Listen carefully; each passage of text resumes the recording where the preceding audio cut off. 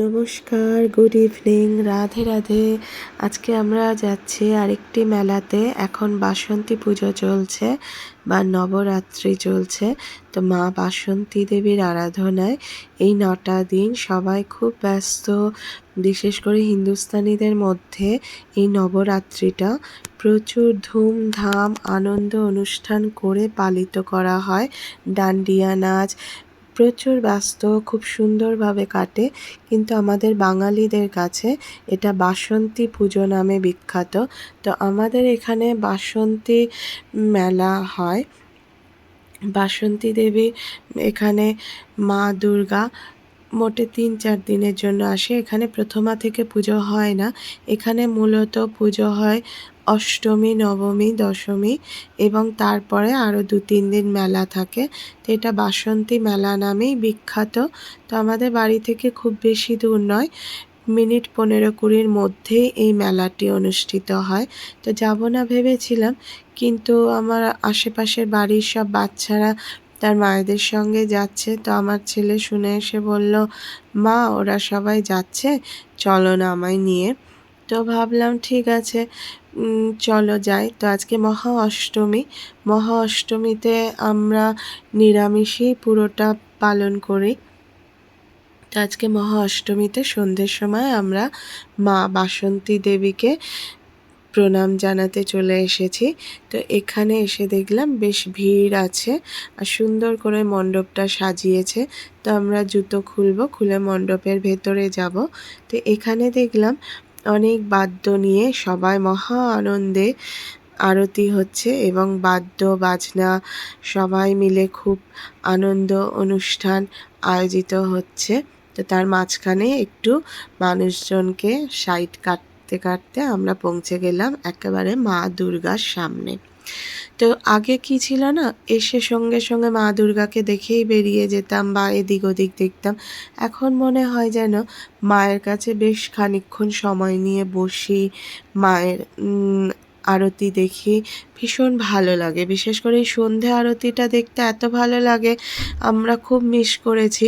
আর যদি 1-2 ঘন্টা আগে আসতাম, সন্ধি পুজোটা দেখা হয়ে যেত। সন্ধি পুজোর বিশেষ মাহাত্ম্য আছে মা দুর্গার। অষ্টমীর শেষ আর নবমীর শুরু, এই দুটোর মাঝের যে সময়টা, সেটাকেই বলা হয় সন্ধি পুজো। এই সন্ধি পুজোর জাস্ট 20 থেকে 30 মিনিট সময় থাকে, যার মধ্যেই না পুরো 108টা পদ্মফুল মাকে অর্পণ করতে হয় মন্ত্র উচ্চারণ করে, এবং সেই একই সঙ্গে হোম হয়, একই সময় বলি হয় এবং একই সময় 108টা দীপও জ্বালতে হয়।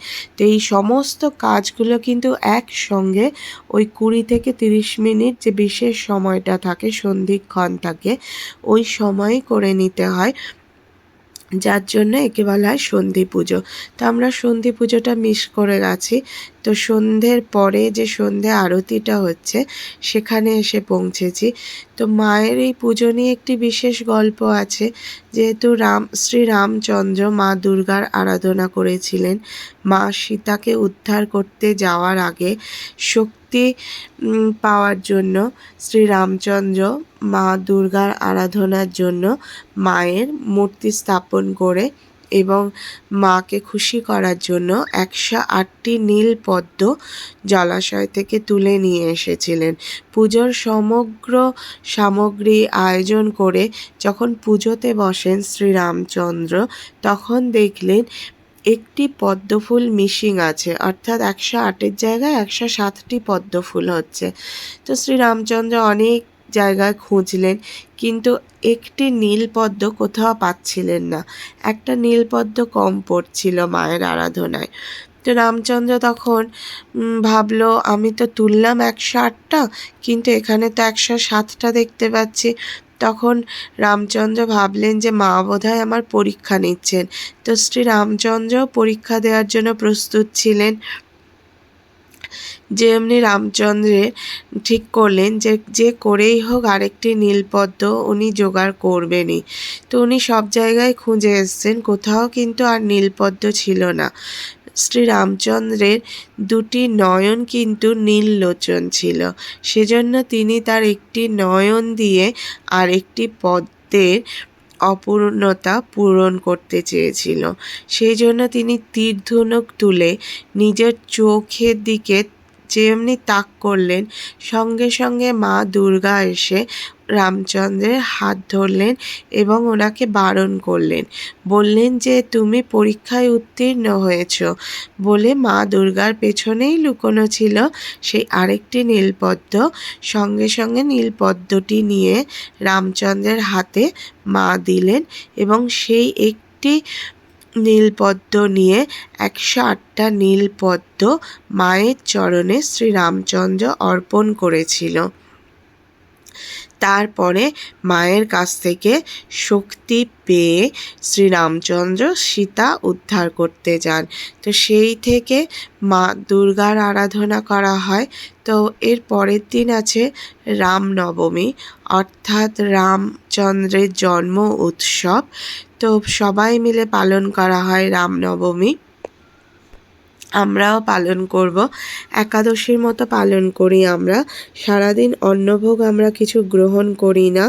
পরের দিন সারাদিন উপবাস থেকে সন্ধ্যের সময় বা যারা আদপে থাকতে পারেন না, দুপুর 12টার পরে আপনারা ফলাহার করতে পারেন। ফলাহার বা বাদাম বা আলু এই ধরনের কিছু ভোগ আপনারা গ্রহণ করতে পারেন, যেটা আমরা করি। তার জন্য আজকে থেকে কিছু ফল কিনে রাখা হয়েছে।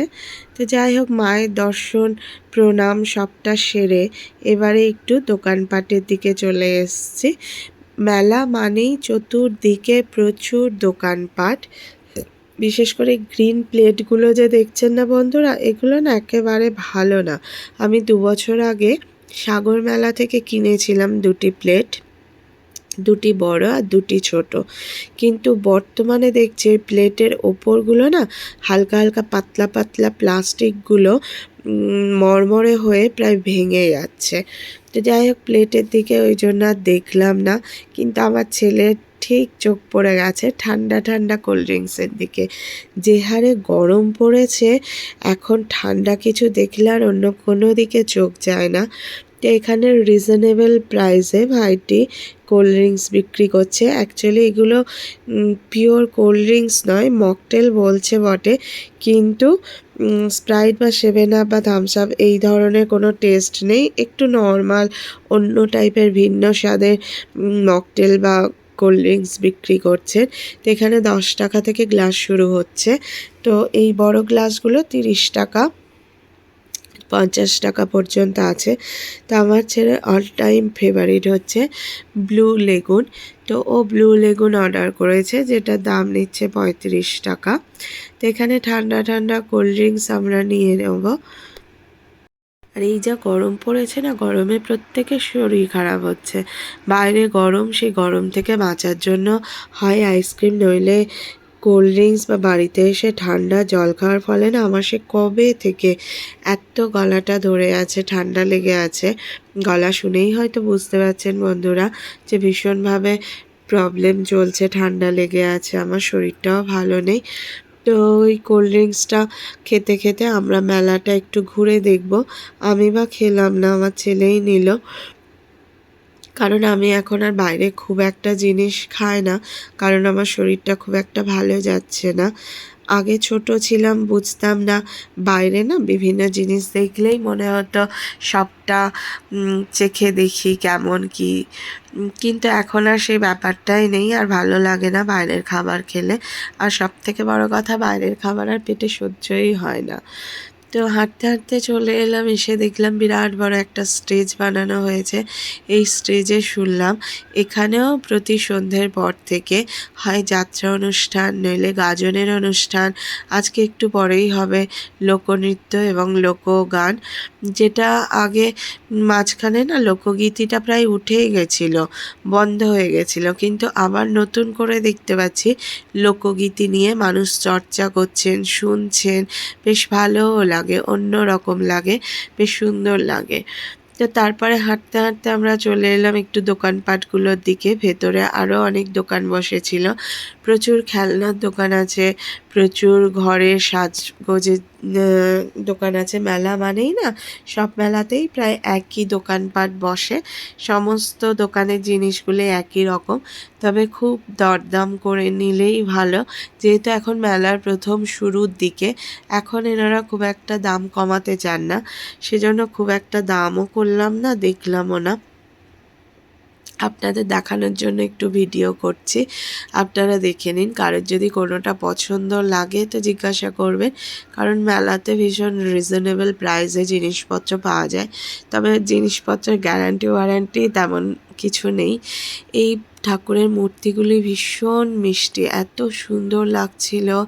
বিভিন্ন সাইজের শিবলিঙ্গ আছে এবং বিভিন্ন ভগবানের মূর্তি আছে, আর খুব সুন্দর মূর্তিগুলি। আর প্রচুর পেতলের জিনিসপত্র আছে এখানে, প্রদীপ, ঘণ্টা, ঘটি, প্রচুর পেতলের জিনিসপত্র দেখলাম আছে, পেতল এবং কাঁসার জিনিসপত্র, যেগুলি আমাদের নিত্য প্রয়োজনীয় ঠাকুর ঘরে লাগে, সেই সমস্ত জিনিসপত্রের সম্ভার এখানে প্রচুর আছে। এবং বাড়িতে নিত্য প্রয়োজনীয় যে সমস্ত ঘটি, বাটি, প্লেট, কাঁচের গ্লাস বা জলের বোতল, এই দোকানটাতে না ভীষণ সুন্দর সুন্দর জিনিস এসেছিল, দেখে ভীষণ ইচ্ছে হচ্ছিল জিনিসপত্রগুলো নেওয়ার, কিন্তু কিছুই নেওয়া হয়নি। কিন্তু খুব ভালো লাগছিল, বিশেষ করে কাঁচের জিনিসগুলো না দেখলেই ভীষণ ভালো লাগে, বিশেষ করে জলের বোতলগুলো তো আমার খুব ফেভারিট। কিন্তু যাই হোক, কিছু নিলাম না আজকে, কারণ আজকে বেরোনোটাই কোনো প্ল্যানের মধ্যে ছিল না, হঠাৎ করে বেরোনো। ভেবেছিলাম পরের দিন বেরোবো, শনিবার ছুটি থাকবে, রবিবার।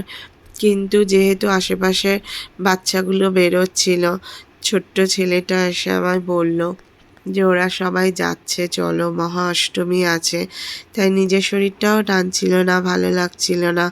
তাও এখন দেখবেন নিজেদের জন্য মেলায় যাওয়া না, এখন যাওয়া শুধুমাত্র ছোট ছোট ছেলে মেয়েগুলোর জন্য, যাতে ওদের মুখে হাসি ফোটে, ওরা একটু আনন্দ পায়, তার জন্যই মেলায় যাওয়া। তো যেতে যেতে অনেকটা যেহেতু সময় হয়ে গেছে, তো আমার ছেলে খিদেও পেয়ে গেছিলো, তো যেহেতু নিরামিষ খাচ্ছিলাম সেজন্য এখানে দেখলাম স্প্রিং পটাটো ফ্রাই বিক্রি হচ্ছে।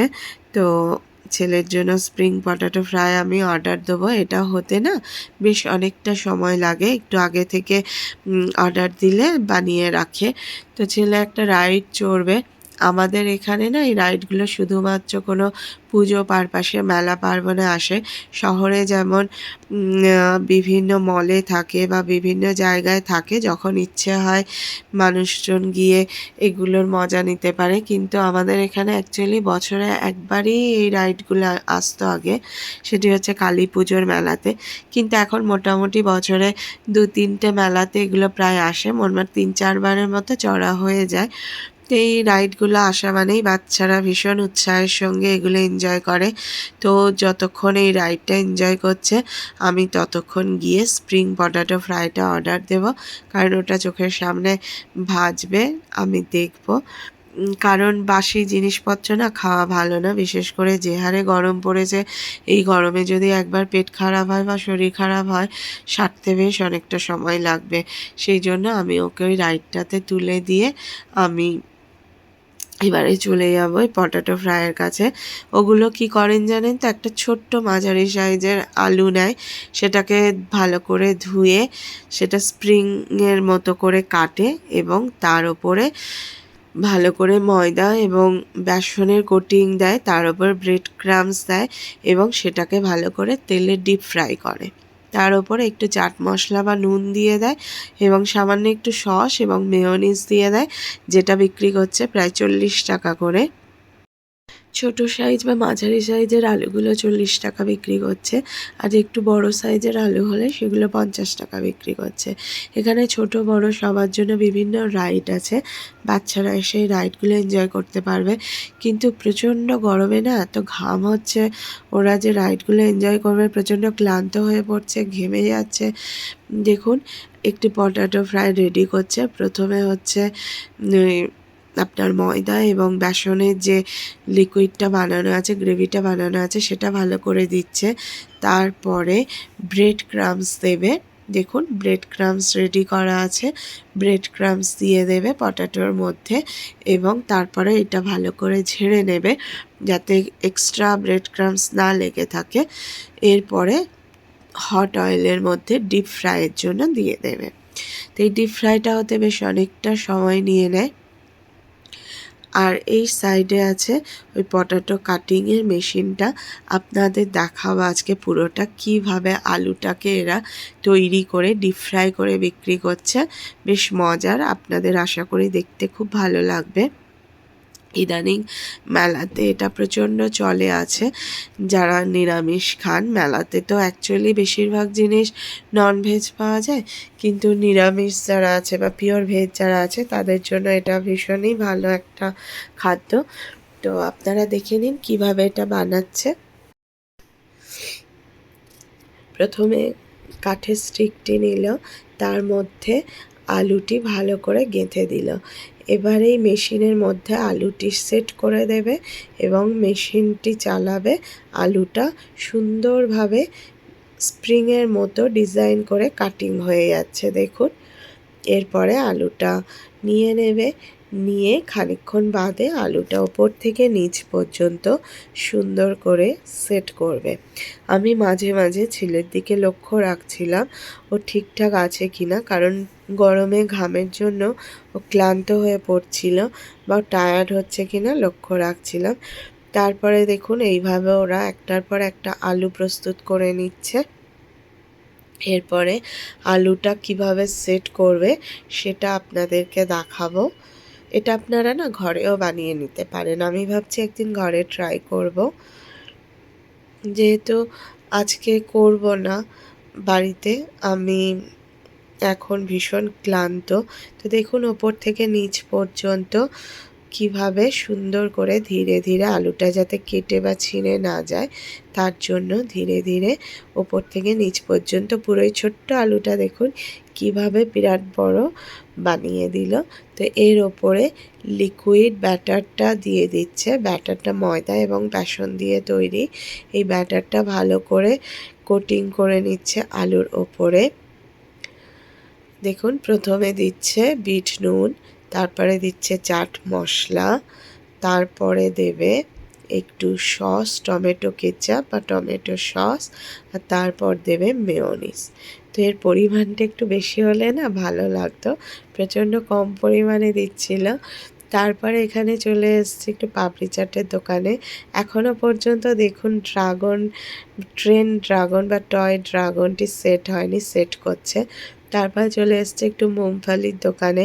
টাটকা টাটকা দেখলাম মুমফালি ভাজা হচ্ছে, যেহেতু পরের দিন রামনবমী আছে, উপবাস আছে, তো যার জন্য মুমফালি আমরা খাই। তো মুমফালি টাটকা টাটকা ভাজা হলে খুব টেস্টি লাগে, তো সেই আশায় নিলাম। তো কাকুকে বললাম 200 মুমফালি দিতে, কাকু বললো 250 নিয়ে নাও, 50 টাকা দাও। তো মুমফালি নিলাম বটে, কিন্তু মুমফালির টেস্টটা না অত ভালো ছিল না, অত মুচমুচে ভাজা হয়নি। অন্যান্য মেলা থেকে নিয়েছি বেশ ভালো ছিল, কিন্তু এটা টাটকা ভাজা হচ্ছে দেখে আমি নিলাম, কিন্তু দেখলাম ততটা মুচমুচে হয়নি। তো এখানে চলে এসে দেখলাম বাউল গান শুরু হয়ে গেছে। একজন বাউল গান করছেন এবং সঙ্গে তালে তাল মিলিয়ে প্রচুর লোকজন বসে গেছে বাউল গান শোনার জন্য।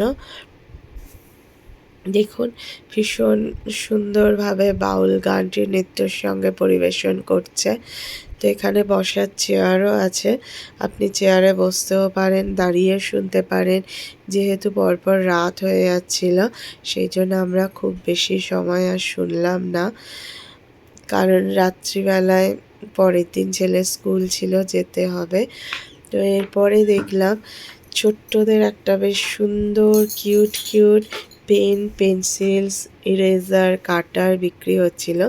দেখলেই ছোট কি বড় কি প্রত্যেকেরই ভীষণ কিনতে ইচ্ছে করে। দেখুন কি সুন্দর ছোট্ট ছোট মারমেড, তা আমি আমার ছেলে এবং ওর দিদির জন্য দুজনের জন্য দুটি মারমেড নিয়ে নিয়েছি। একই রকম একই কালার নিয়েছি, কারণ একই রকম না নিলে না বন্ধুরা, আমার ছেলে এখন তো যে কোনো জিনিস একটা নেবে, কিন্তু যখন ওর দিদিকে দেব তখন ও বলবে আমার ওটাই লাগবে। ওই জন্য দুজনের জন্য একই রকম নিয়েছি, যাতে কারোরটা কারোর অপছন্দ না হয়। দুজনের সমান থাকলে কেউ অসন্তুষ্ট হবে না। এটি আরেকটি কিচেনের দোকান। এত ভ্যারাইটিস কিচেন সত্যিই দেখলে ভীষণ কিনতে ইচ্ছে করে। বড় কি ছোট কি সবাইয়েরই কিনতে ইচ্ছে করে, কিন্তু দামটা ভীষণ বেশি বলছিল। যেগুলো পছন্দ হচ্ছিল প্লাস্টিকের কিচেন 130 টাকা 20 টাকা বলছিল। তো যাই হোক, মেলা এখনকারের মতো এই পর্যন্ত দেখে আমরা তাড়াতাড়ি বাড়ি ফেরার জন্য একটি টোটো নিয়ে নিয়েছি। এবার আমরা বাড়ি চলে যাচ্ছি। আজকের ব্লগটি এই পর্যন্ত। আপনারা সবাই ভালো থাকবেন, আমার চ্যানেল দেখতে থাকবেন। রাধে রাধে। প্লিজ সাবস্ক্রাইব করবেন, লাইক করবেন, শেয়ার করবেন। Thank you so much for watching my channel.